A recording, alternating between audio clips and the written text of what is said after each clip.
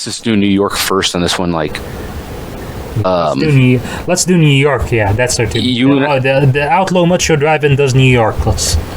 Here we go. New York. If we can make it there, we can make it anywhere. Wednesday, Mohamed and I travel after. First, we were at the Stephen Colbert taping, but we take a taxi from Manhattan to another place in Manhattan to get to McFoley. And take us about 20-30 minutes. So we did the McFoley show. That wasn't necessarily bad, but then the next night, and all did MLW. I think we all met up in Manhattan. I think we met up in Times Square. Yeah. Yes. Then we took different subway, to Queens, but we missed one exit. We missed the exit we had to, and instead of going back to the subway, we just Ubered back. Yeah. And then some of us had a better time at MLW than others. Some of us were kind of out of it. My bad. I was new to the same one. Independent shows wasn't my cup of tea. So much I was just trying to tag along to get involved with it all. But looking back on it now and where I'm at, I involve myself in a lot more promotions other than I'm just a WE mark and that's it.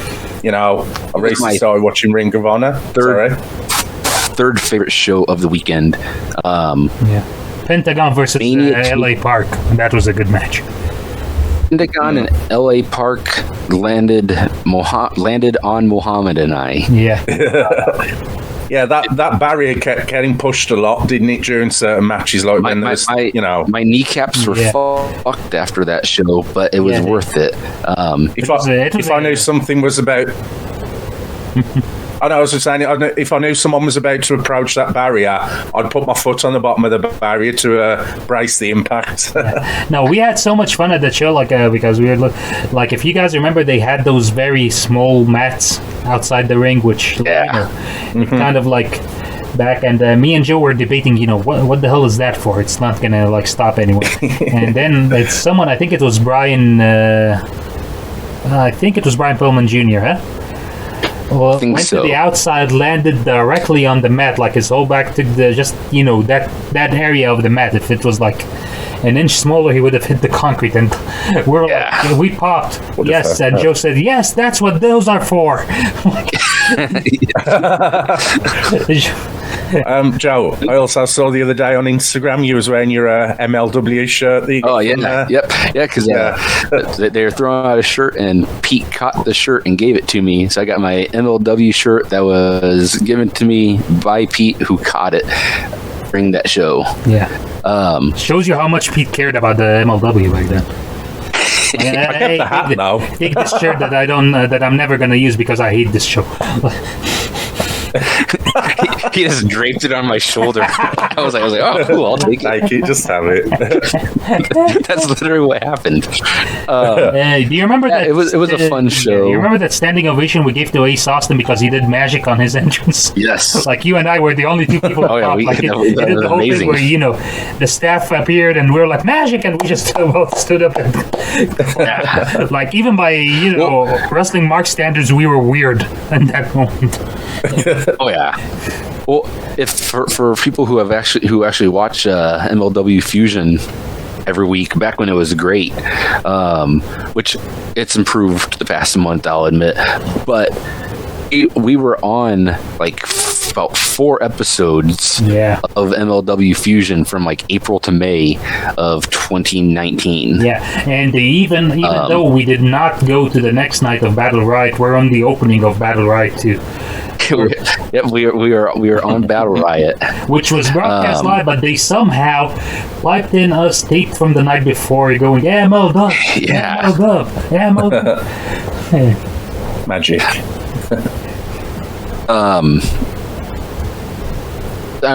Travel back to Manhattan, and then Pete and I had to go back to Brooklyn. Yeah.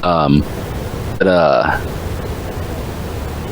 next one, just traveling to Next day was Manhattan for Madison Square Friday. Garden. Actually, earlier in the day. No, wait. Yes, but actually earlier in the day on Friday. Madison Square Garden was Saturday. Takeover was Friday. Yeah, but we met at Madison Square Garden the day before. You and I met in Madison Square Garden. Yeah. Yes, we went to the Festival of Honor. And you had to leave for the Miz. Yeah, WWE WrestleMania Access. I had to go see the Miz.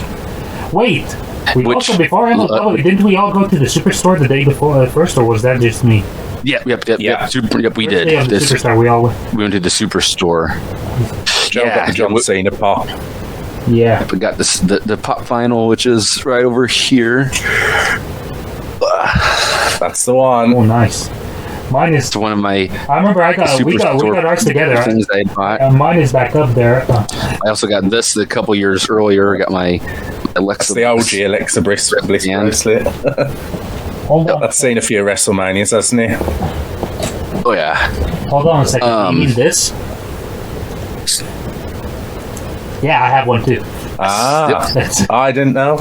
Yeah, I don't wear it. It's my hand's too fat. Yeah, we did go to Superstore that day, which was in Manhattan. No, it was in Brooklyn. Was that in Brooklyn? Okay, because it was still the opposite side of Brooklyn from where Pete and I were located. Because we had to get there. It was next subway, a bus, and walk. Yeah, it was a long way. And then we had to walk. There was supposed to be a free signing, wasn't there? Yeah. Was it the Usos? Yeah. Did you guys into that free signing? No, because when we got there was like, people have been here like 6 to 8 hours prior to you getting here, so there's no tickets left. Yeah, so it was just like, we'll just go in the store and have a look there. My friend got me a wristband. Once again, shout out Chris Barron. Thank you, sir. And funny thing, at that Superstore, I'm just just a quick story. At that Superstore, I met these two guys. We were standing in line for the Usos, Italian guys. And I'm talking to them, where are you guys going? And it's their first WrestleMania. And these guys tell me, were you at WrestleMania 31? I said, yes. Well, oh yeah, this is the guy. And they actually recognized me from my experiences at WrestleMania 31, watching the Undertaker match, where I was like, apparently too animated. Very animated. That they said, "Oh, this is the Undertaker guy. He was on TV. You were on TV." And I was like, "Whoa, really?" Yeah. And then they said, "Yeah, the Undertaker once he tombstone Bray Wyatt the first time, and Bray Wyatt kicked out. You are clearly shown saying, 'Damn it.'" And I was like, okay. And then I watched it again, and apparently I was not on camera at all. But then the replay comes on, and I'm on the replay of that tombstone, like standing up, and then they go, "Damn it!" like this. It's like I was milking it. And then these guys can we have a picture of you? I'm like, are you serious? Like, yeah, you wanna? Okay. I mean, I'm not one of those famous. Yeah, why wouldn't you? Yeah, but apparently I'm a celebrity fan to at least two guys out there, so... shout out to them. Yeah, shout out to you guys. Wow. Yeah, I'm like, they made my day that day. And... anyways, back to our schedule. So, Friday. So we did Friday. You stayed at the Festival. You and I did Festival of Honor. Yeah, which was good. And Castle sat next to me, petted my hair, and cut a promo, which was awesome. And we did MLW that night. No, wait. No. We did Takeover that night. Takeover that night. Yeah. Takeover. Yep. Takeover was that night. What a hot takeover that was, though, right? And yeah, that match at the end where people were split between Adam Cole and Johnny Gargano. That was that was one of the great edgy stuff. Yeah. It was probably the most divisive crowd for a match in NXT. It's like it kept going. Those dealing chants went the whole match from beginning to end. Johnny wrestling Adam Cole. Johnny wrestling Adam Cole. And you know, it was Hot crowd. Yeah, it was a hot crowd. Super hot crowd. Saturday. I don't think there was anything during the day that I went to Saturday. I think I did Axis, then WrestleCon on Saturday. And Saturday night, we all went to Madison Square Garden for ROH and New Japan G1 Super Card of Honor. Such an amazing experience to be in that arena, to watching Ring of Honor at Madison Square Garden. We watching Ring of Honor in an arena that big. Actually, just to be at a New Japan show, period. The show was amazingly epic. My second favorite show of that weekend, only reason I would put Mania above it is because of Kofi Kingston and the Major Brothers winning. Those are the two reasons I would rank Mania above it. Yeah. And we missed Bret Hart getting tackled in the Hall of Fame for that. We missed Bret Hart being tackled, but we did share our cell phones with a row in front of us and a row behind us, and a group of people that we had no idea, we don't have no idea what their names are, but we were all showing each other different things that we saw on our phones. And we were being a group, and then we started, and this guy one guy said, "I hate everyone and love everyone at the same time in this area." So, I remember you, me, and Freddie. We were standing, and the guy behind us was like, "I actually respect the Miz," and this is us, each one, we were like, "Fuck yeah!" And each of us individually, made it a point to turn around and shake this guy's hand. We didn't plan it out. It was like one of those comedy movies. Yeah. What the hell? Do you remember when you guys got the StubHub chant going? Yeah, we had a StubHub chant going because we all bought our tickets. The row in front of us, 5 dudes in front of us, 2 dudes behind us. We were in our row. There were 5 in our group, and it's all right, yep, we all got our tickets from StubHub. It's everyone was, we were doing we were singing the Mania song from 2018. That there was a group of us singing that song. Yeah. Sam ready to go. And so we were singing that there was Star Wars references and people were just shouting out. It was an overall great time. An awesome thing. And it's all right, this is amazing. Yeah, we got to see Minoru Suzuki, Jushin Thunder Liger, and the Great Muta that make their Madison Square Garden debuts. How awesome was that?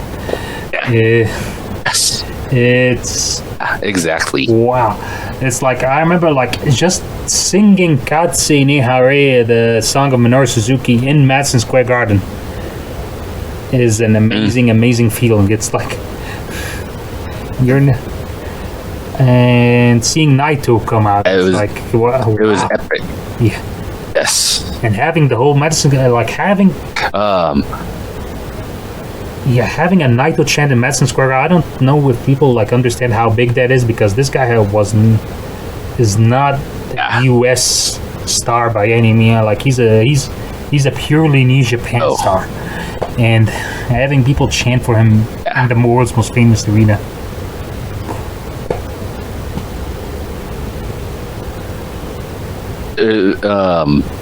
There was so many great moments because we get Okada and White. We get Matt Taven winning the championship. Truly epic show. We get PCO do the electric entrance. My D1 hat here. Oh, nice. Nice. I got from the show. Yeah, mine is inside. I got the lanyard. You're handy though. Got the lanyard over here as well. It's just walking inside of Madison Square Garden, even for the Festival of Honor. It was just surreal. You see back walking through that door. It was just insane. We also did Raw and SmackDown that that weekend as well. Yes. Yeah, I mean, it's a lot of travel. But it was great. People don't realize how necessarily big New York is, because each borough is basically the size of one city for the most part. So it's huge. So basically traveling nonstop.